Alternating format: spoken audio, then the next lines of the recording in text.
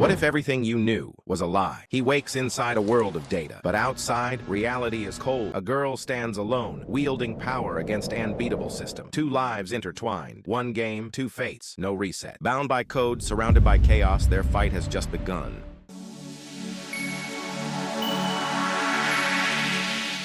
The next morning, the sky above the tower glitched in and out, flickering between pink dawn and jagged black pixels. Ethan rubbed his eyes and sat up, the cold from the metal floor seeping into his bones. Beside him, Sky snored softly, arms wrapped around her backpack like it was a shield.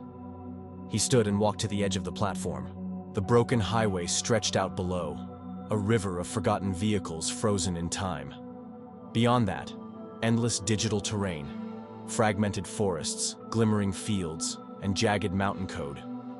Marcus was already up, hunched over a pile of circuits and wires sipping from a cracked metal mug. "Coffee?" Marcus offered. Ethan's eyes widened. "Is that real?" Marcus grinned. "As real as anything here," Synth brewed. "Found the code for it in an old server dump. It's terrible but warm." Ethan took the cup, sipped, and grimaced. "Tastes like dirt and sadness." "Exactly." Seraphine joined them, her golden eyes duller than usual. "The nodes I pinged last night picked up movement. Patrols. 4 zones away. They're triangulating." Marcus didn't flinch. "We've got time. Maybe 2 days, max. Depends how fast they adapt." Sky stretched with a yawn, walking barefoot over the metal floor. "We're not running again, are we?" "No," Ethan said. "We're heading for the core protocol."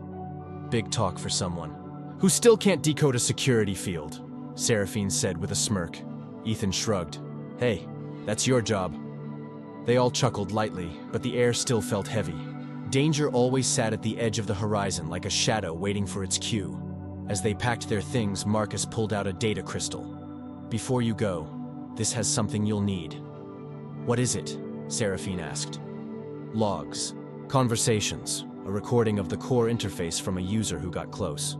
Ethan took the crystal, holding it like it was fragile. "Why give it to us?" "Because you've got something I don't," Marcus said. "What's that?" "Each other." No one spoke for a moment. Then Sky slung on her pack. "All right, let's go rewrite the rules." They descended from the tower into the cracked earth below. The highway was quiet except for the soft crackle of digital wind.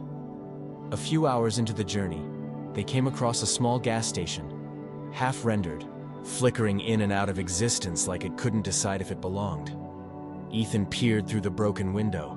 Inside were dusty shelves, empty fridges, and a screen that still looped old ads for soda. Sky wandered down one aisle, picking up a plush keychain. "My dad used to take me to one of these after soccer practice.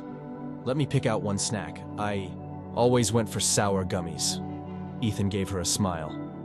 "I used to get these awful microwave burritos, the kind that burned your mouth and still had frozen spots in the middle." She laughed. "I loved those." Behind them, Seraphine checked the back room. "Nothing useful, just remnants." Marcus leaned on the doorframe. "Remnants are sometimes the most honest thing here." They rested for a bit, then pushed forward. Again. The digital sun climbed higher, and the world shimmered with heat haze that wasn't real, but still made them sweat. By evening, they reached a clearing in a simulated forest. There was a stream, more of a visual trick than real water, but it looked peaceful. They camped. Ethan sat beside Sky as she stared at the reflection in the stream. "Do you ever think about who you were before this?" she asked. "Every day," he replied. "But I also try to think about who I'm becoming." She nodded slowly. "I was nobody. Just another girl online, hiding behind filters, pretending I had my life together." He didn't interrupt. "My dad left. Mom worked nights. I basically raised myself. Got good at saying the right things online. Got bad at being real. Then one day I woke up here." Ethan looked at her. "But now you're real." She smiled faintly. "Thanks." Seraphine approached.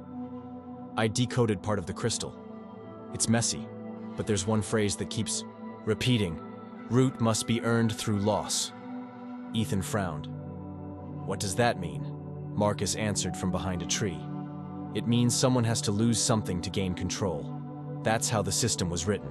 Sky crossed her arms. So what? We trade pain for access? No, Seraphine said. It's more precise. It reads your choices. It tallies cost. Ethan stood. Then let's make every step count. That night, as they tried to sleep, they heard a voice echo through the network. User flagged. Trace initiated. Everyone sat up instantly. Where's it coming from? Ethan whispered. Marcus closed his eyes, focusing on the vibrations in his glove. Zone 3. 2 clicks north. Sky stood and grabbed her blade. Are they close?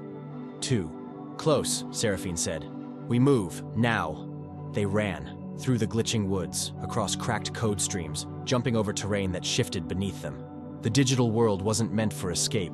It was meant for control. They made it to an old overpass just before the signal locked in. We split, Marcus said. I'll draw them off. I've got the Echo Cloak. It'll buy you a few hours. No, Ethan said. We stay together. Don't be a hero, Marcus snapped. I've been alone this long. I can handle another chase. Sky grabbed his sleeve. Don't die, or I swear I'll find your ghost and punch you. Marcus grinned. Fair deal.